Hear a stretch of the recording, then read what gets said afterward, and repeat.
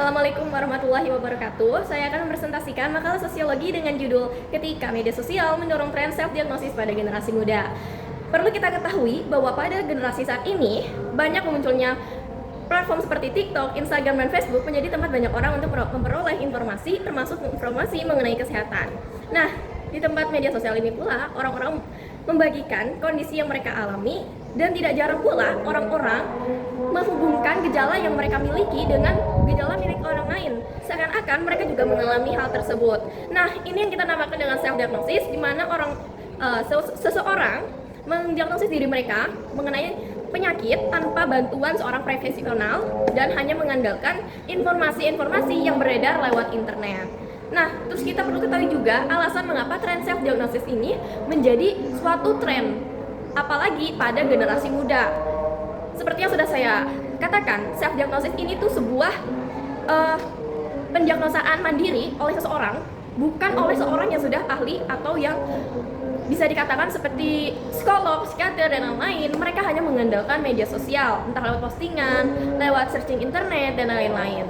Terkadang, hal ini tuh menjadi tren karena pertama, seseorang bisa mendapatkan informasi dengan mudah, cepat, tanpa mengeluarkan biaya. Dan maraknya informasi yang beredar di sosmed, beredar di internet, itu membuat seorang merasa tidak perlu lagi berkonsultasi dengan yang ahlinya karena merasa sudah mendapatkan informasi tersebut dengan cepat dan mudah lewat media sosial. Namun, ada pula alasan, yaitu di mana seseorang mengalami ketakutan untuk mendiagnosa diri mereka di depan profesional secara langsung. Dan ada pula stigma buruk, stigma jahat yang mengatakan bahwa seseorang yang mengkonsultasi diri mereka dengan psikolog merupakan seorang yang mengalami gangguan jiwa. Itu merupakan kesalahan pada stigma sosial menganggap bahwa ke psikolog berarti memiliki gangguan jiwa.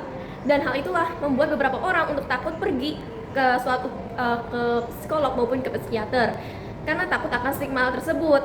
Nah, perlu kita ketahui juga bahwa self-diagnosis ini tuh berbahaya karena ketika seseorang, seperti contoh, mengalami suatu sakit kepala, mereka cenderung akan menanyakan kondisi mereka tersebut lewat internet atau lewat postingan-postingan di media sosial, dan justru yang mereka dapatkan hanyalah masukan-masukan bahwa seseorang tersebut mengalami contoh tumor otak, kanker, dan lain-lain. Dan hal itu menyebabkan kecemasan, kekhawatiran yang tidak perlu sebenarnya.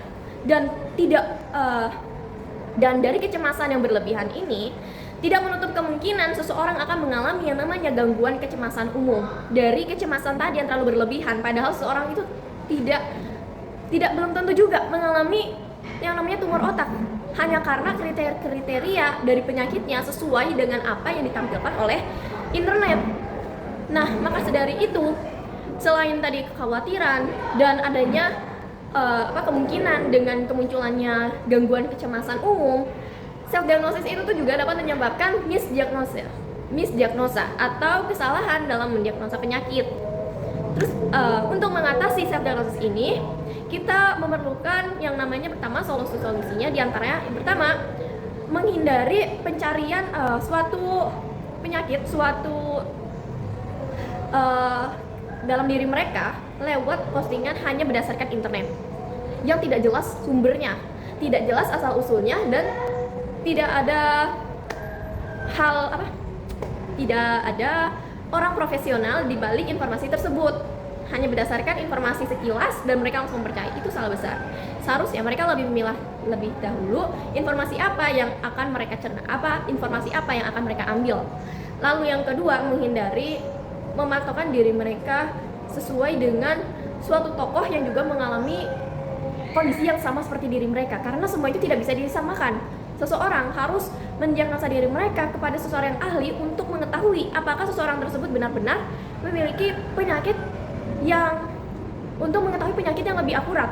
Lalu yang kedua, menghindari untuk melakukan tes kesehatan mental secara online. Menghindari dalam maksud saya adalah menjadikan itu sebagai dasar. Tidak boleh kita menjadikan tes online tersebut sebagai setelah saya tes online ternyata saya mengidap yang namanya anxiety, ya, saya mengidap bipolar dan lain-lain. itu hanya merupakan tes berdasarkan gejala umum, bukan gejala spesifik seperti yang bisa dilakukan oleh seorang profesional. Lalu, yang terakhir, kita menghindari yang namanya mencerna dan kita menghindari yang namanya itu menerima informasi langsung dari orang-orang sekitar, dari keluarga sekitar. Seperti contoh, seperti ada seseorang yang selalu merasa dirinya itu seperti ini, selalu susah tidur, selalu memikirkan satu hal secara berlebihan, dan kata orang-orang sekitar, kamu sepertinya seperti ini, sepertinya kamu punya penyakit ini. Kita tidak boleh langsung menganggap hal tersebut begitu saja. Kita tidak boleh menganggap, ya juga ya, apa saya mengalami penyakit misalkan bipolar, apa saya mengalami penyakit suatu masalah misalkan anxiety gitu. Nah, jadi dari yang saya sampaikan ini, dengan market informasi kita tuh harus lebih bisa memilih mana yang merupakan suatu informasi yang benar-benar akurat oleh suatu ahli dan mana yang tidak. Dan kita tidak boleh mendiagnosa diri kita secara langsung hanya berdasarkan postingan, karena yang tersebar di internet itu hanya berdasarkan gejala umum seseorang dan tidak dites melalui gejala spesifiknya, karena kita tidak tahu tanpa bantuan seorang profesional. Itu tadi presentasi makalah sosiologi dari saya. Wassalamualaikum warahmatullahi wabarakatuh.